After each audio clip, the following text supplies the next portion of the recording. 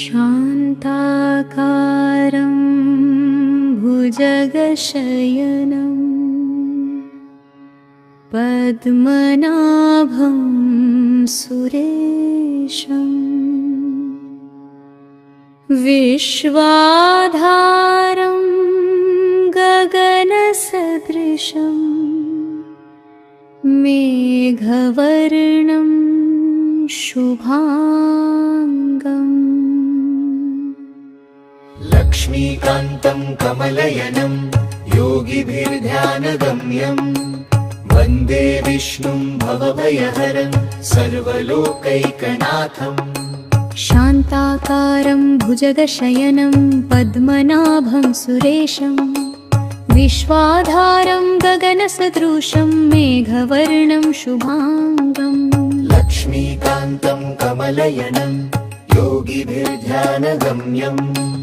वन्दे विष्णुं भवभयहरं सर्वलोकैकनाथम् शान्ताकारं भुजगशयनं पद्मनाभं सुरेशं विश्वाधारं गगनसदृशं मेघवर्णं शुभांगम् लक्ष्मीकान्तं कमलयनं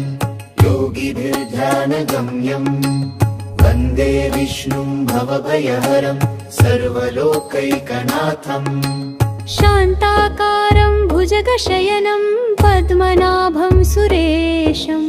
विश्वाधारं गगनसदृशं मेघवर्णं शुभांगम् लक्ष्मीकान्तं कमलयनं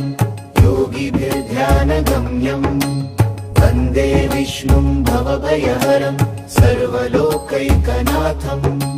शान्ताकारं भुजगशयनं पद्मनाभं सुरेशं विश्वाधारं गगनसदृशं मेघवर्णं शुभांगम् लक्ष्मीकान्तं कमलयनं योगिभिर्ध्यानगम्यं वन्दे विष्णुं भवभयहरं सर्वलोकैकनाथम् शान्ताकारं भुजगशयनं पद्मनाभं सुरेशं विश्वाधारं गगनसदृशं मेघवर्णं शुभांगम् लक्ष्मीकान्तं कमलयनं योगिभिर्ध्यानगम्यं वन्दे विष्णुं भवभयहरं सर्वलोकैकनाथम् शान्ताकारं भुजगशयनं पद्मनाभं सुरेशं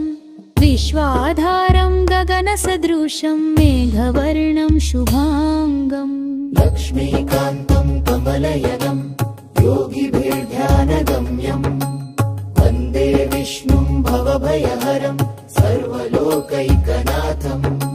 शान्ताकारं भुजगशयनं पद्मनाभं सुरेशं विश्वाधारं गगनसदृशं मेघवर्णं शुभांगम् लक्ष्मीकान्तं कमलयनं योगिभिर्ध्यानगम्यं वन्दे विष्णुं भवभयहरं सर्वलोकैकनाथम् शान्ताकारं भुजगशयनं पद्मनाभं सुरेशं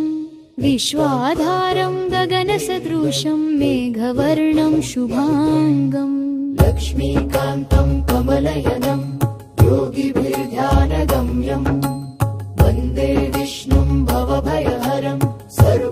सर्वलोकैकनाथम् शान्ताकारं भुजगशयनं पद्मनाभं सुरेशं विश्वाधारं गगनसदृशं